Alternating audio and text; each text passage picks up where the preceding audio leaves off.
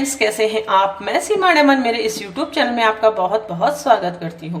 आज मैं वृश्चिक राशि वालों जातकों के लिए एक अचूक मंत्र लेकर आई हूं इस वीडियो के अंतर्गत, जिसके उच्चारण मात्र से ही आपके जीवन में आने वाली सभी परेशानियों से आपको निजात मिलेगा। यदि आपको कोई स्वास्थ्य की दृष्टि से समस्या है, आपको धन संपत्ति से रिलेटिव कोई परेशानी है, आपको व्यवसाय से रिलेटिव कोई परेशानी है, यानी कि आपका व्यवसाय अच्छा न चल रहा है, आपको हानियों का सामना करना पड़ रहा है, आपकी नौकरी से रिलेटेड आपको कोई परेशानी है, यानी कि आपका सिलेक्शन नहीं हो पा रहा, प्रतियोगिता परीक्षाओं की तैयारी कर रहे हैं लेकिन आप सक्सेस नहीं हो पा रहे हैं, संतान पक्ष से आपको कोई रिलेटिव परेशानी है, यानी कि आपको संतान सुख नहीं है और संतान सुख है तो वह अच्छी नहीं है, उन्हें गलत शौक लग गए हैं, आपका कहना नहीं मानते हैं, आप उनसे बहुत अधिक परेशान हैं। प्यार में विवाह में आपको यदि कोई परेशानी, यानी कि आप जिससे प्यार करते हैं वे आपको जीवन में आप उससे शादी करना चाहते हैं लेकिन ऐसा पॉसिबल नहीं हो पा रहा है, या विवाह में देरी हो पा रही है, यानी कि कुल मिलाकर किसी भी तरह की कोई परेशानी है, यदि वह वृश्चिक राशि का जातक है तो वह ऐसे कौन से अचूक मंत्रों का उच्चारण करे ताकि उसके जीवन में इन समस्याओं का सामना उसे ना करना पड़े, और यह समस्या अगर उसके जीवन में आ भी रही है तो उससे वह निजात पाए। आज मैं आपको इस वीडियो के अंतर्गत वह अचूक मंत्र के बारे में बताऊंगी। यदि आप मेरे इस चैनल पर यदि नए आए हैं तो इसे आप सब्सक्राइब जरूर कर लीजिए दोस्तों, और पास में लगे बेल आइकन को भी क्लिक अवश्य कर लीजिए ताकि मेरे द्वारा अपलोड करी नई वीडियो आप तक जल्द से जल्द पहुंच पाए। तो चलिए आइए जानते हैं दोस्तों उस अचूक मंत्र के बारे में। वह अचूक मंत्र है दोस्तों ओम अंगारकाय नमः। ओम अंगारकाय नमः। इसे हम मंगल देव का बीज मंत्र भी कहते हैं दोस्तों। मैं इसलिए ऐसा बता रही हूँ क्योंकि वृश्चिक राशि का राशि स्वामी मंगल देव है। यदि वह मंगल देव के बीज मंत्रों का उच्चारण डेली रोज 108 बार करेंगे, इनका आप जाप करेंगे रोज डेली 108 बार, तो मैं दावे के साथ कह सकती हूँ दोस्तों कि आपके जीवन में किसी भी तरीके की कोई परेशानी नहीं आएगी, और यदि वह आ भी रही है तो धीरे धीरे वह परेशानियों से आपको निजात अवश्य मिलेगा इन मंत्रों के मात्र उच्चारण से। आप किसी भी समय इन मंत्रों का उच्चारण कर सकते हैं दोस्तों। ऐसा कोई बर्डन नहीं है कि आपको मॉर्निंग में ही करना है या फिर इवनिंग में करना है, आपकी सुविधा अनुसार आपको जब समय मिले जब आप इन मंत्रों का उच्चारण कर सकते हैं। लेकिन इन मंत्रों का उच्चारण आपको पूरी श्रद्धा और पूरी विश्वास के साथ करेंगे तभी रिजल्ट आपके पॉजिटिव आएंगे। आप ध्यान की पोजीशन में बैठकर इन मंत्रों का उच्चारण करें। आप माला भी अपनी सुविधा के अनुसार कोई सी भी ले सकते हैं, आपके घर में जो भी अवेलेबल हो वो माला आप ले सकते हैं।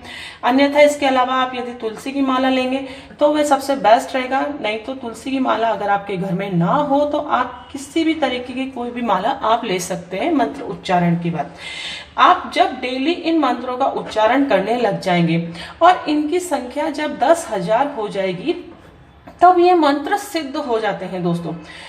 एक बार जब आपने इन मंत्रों को सिद्ध कर लिया तो ग्रह आपके फेवर में हो जाते हैं, यानी कि हमेशा मंगल देव से रिलेटिव यदि आपके जीवन में कोई परेशानी आएगी तो हमेशा उन परेशानियों से आपको निजात अपने आप ही मिल जाएगा दोस्तों। वह ग्रह आपके फेवर में आ जाएंगे इन मंत्र के उच्चारण मात्र से, यदि आपने इन मंत्रों को सिद्ध कर लिया।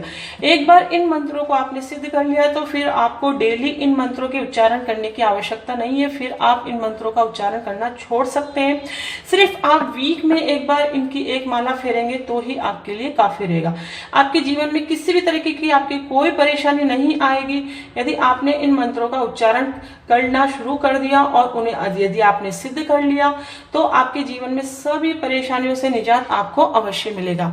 अब मैं आपको नेक्स्ट बताऊंगी कि आपको इसके अलावा कौन कौन इन बीज मंत्रों का उच्चारण कर सकता है। हमेशा हम राशि चंद्र राशि देखते हैं दोस्तों। जिनकी राशि वृश्चिक राशि है उन्हें तो इन मंत्रों का उच्चारण करना ही है। इसके अलावा वह कौन से जातक हैं जो भी इन मंत्रों का उच्चारण कर सकते हैं। जिनकी लग्न राशि भी वृश्चिक राशि है, यानी कि लग्न के घर में 8 नंबर लिखा है। राशियों की संख्या हमेशा फिक्स रहती है दोस्तों। मैंने आपको पहले ही बताया है कि इन्हें संख्या के नाम से भी जानते हैं, यानी कि 1 नंबर लिखा है तो वह कौन सी राशि होगी, 2 नंबर लिखा है तो वह कौन सी राशि होगी। इसी तरीके से यदि आपकी लग्न में ल लिखा है और वहां पे 8 नंबर लिखा है तो आप समझ जाइए वृश्चिक राशि है। यदि लग्न राशि भी आपकी वृश्चिक राशि यानी कि वहां पे 8 लिखा है वह भी जातक इन मंत्रों का उच्चारण कर सकते हैं। यानी कि वृश्चिक राशि के अलावा आपकी लग्न राशि है तो भी आप इन मंत्रों का उच्चारण कर सकते हैं। और आपके इष्ट देवता भी वृश्चिक राशि यानी कि कुंडली के 5वें घर में यदि वृश्चिक राशि यानी कि 8 नंबर लिखा है वह भी जातक इन मंत्रों का उच्चारण कर सकते हैं। और जिनके मंगल देव की दशा चल रही है और वह उनकी कुंडली में अच्छी नहीं है, यानी मारक स्थिति में मंगल देव है, उन्हें परेशान कर रहे हैं, उनकी वजह से उनको परेशानी आ रही है जीवन में, तो भी इन मंत्रों का उच्चारण कर सकते हैं।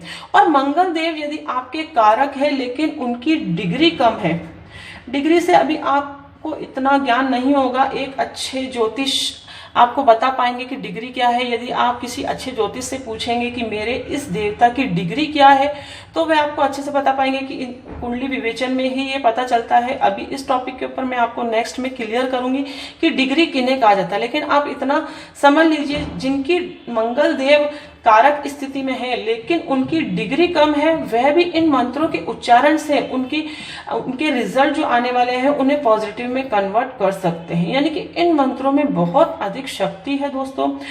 आपकी डिग्री कम है, आपके मंगल देव आपके पॉजिटिव है लेकिन वह पॉजिटिव रिजल्ट देने के लायक नहीं है, तो भी इन मंत्रों के उच्चारण से आप मंगल देव की स्थिति को बेटर कर सकते हैं। सब कुछ हमारे हाथ में ही होता है दोस्तों। ग्रहों की दशा को हम कैसे हमारे फेवर में करें, मंत्रोच्चारण से और छोटे छोटे उपाय जो हम बताते हैं वह भी आप अपने जीवन में अपनाएंगे। उन्हें करने में कोई ज्यादा समय नहीं लगता है लेकिन उनके रिजल्ट बहुत अच्छे होते हैं। और आप पूरी श्रद्धा और विश्वास से इन मंत्रों का उच्चारण करेंगे तो ही रिजल्ट पॉजिटिव आएंगे। ये एक छोटा सा मंत्र है जिसके उच्चारण मात्र में आपको 10 से 15 मिनट से ज्यादा कोई समय नहीं लगेगा, लेकिन आपके जीवन में आने वाली सभी परेशानियों से आपको धीरे धीरे निजात मिलेगा। ये बिना कुंडली विवेचन के भी हम इन मंत्रों का उच्चारण कर सकते हैं दोस्तों। लेकिन दान और रत्न ऐसी चीज है जिसके लिए हमें कुंडली विवेचन करना ही पड़ता है दोस्तों। बिना कुंडली विवेचन के हम दान नहीं कर सकते और रत्न भी नहीं पहन सकते। अज्ञानतावश दान किया हुआ वह भी आपके लिए कष्टदायक हो सकता है। यदि हमें कारक ग्रहों का दान नहीं करना चाहिए दोस्तों। हमेशा मारक ग्रह रहते हैं उन्हीं का दान करना चाहिए। अब कारक ग्रह कौन से हैं और मारक ग्रह कौन से हैं वह कुंडली विवेचन से ही हमें पता लगा सकते हैं। और इसी तरीके से रत्न भी हमेशा कारक ग्रहों का ही पहना जाता है। यदि आपने गलती से भी मारक ग्रह का रत्न पहन लिया तो क्या होगा, उसकी नेगेटिविटी और बढ़ जाएगी, आपके जीवन में और परेशानियां आने लग जाएगी। क्योंकि मारक ग्रह क्या होते हैं, हमारे नेगेटिव ग्रह होते हैं। मारक यानी कि नेगेटिव, कारक यानी कि हमारे पॉजिटिव ग्रह कौन कौन से हैं जो हमें अच्छे फल देने वाले हैं, और मारक मतलब हमारे कौन से नेगेटिव ग्रह हैं जो हमें नेगेटिव रिजल्ट दे रहे हैं, जिसकी वजह से हमारे जीवन में परेशानियां आ रही है। इसलिए दान और रत्न हमेशा हम कुंडली विवेचन से ही कर सकते हैं। इसके बारे में मैं आपको नेक्स्ट वीडियो में और ज्यादा क्लियर कर दूंगी कि हर राशि को कौन सा दान करना चाहिए और कौन सी राशि को कौन सा रत्न पहनना चाहिए। ये भी मैं आपको नेक्स्ट आने वाले वीडियोस में धीरे धीरे क्लियर करती जाऊंगी दोस्तों। लेकिन यह मंत्र ऐसा मंत्र है जो बिना कुंडली विवेचन के भी, जिनकी वृश्चिक राशि है और जिनकी लग्न राशि है, जिनके इष्ट देवता भी वृश्चिक है, मंगल देव की दशा चल रही है, वे सभी जातक इन मंत्रों का उच्चारण कर सकते हैं। मेरे पास अक्सर कमेंट्स आते हैं कि मैम आपने तो ये वृश्चिक राशि का ये वृश्चिक राशि का मंत्र बताया है, तो आप दूसरे जातकों को कैसे ये वाला मंत्र सजेस्ट कर रहे हैं कि इन मंत्रों का उच्चारण करें। तो इसलिए मैंने ये आपको क्लियर करा है कि इसके वृश्चिक राशि के अलावा भी लग्न राशि वाले जातक भी इन मंत्रों का उच्चारण कर सकते हैं। जिनकी इष्ट देवता वृश्चिक राशि है वह भी इन मंत्रों का उच्चारण कर सकते हैं, और जिनके मंगल देव की दशा चल रही है वह भी इन मंत्रों का उच्चारण कर सकते हैं।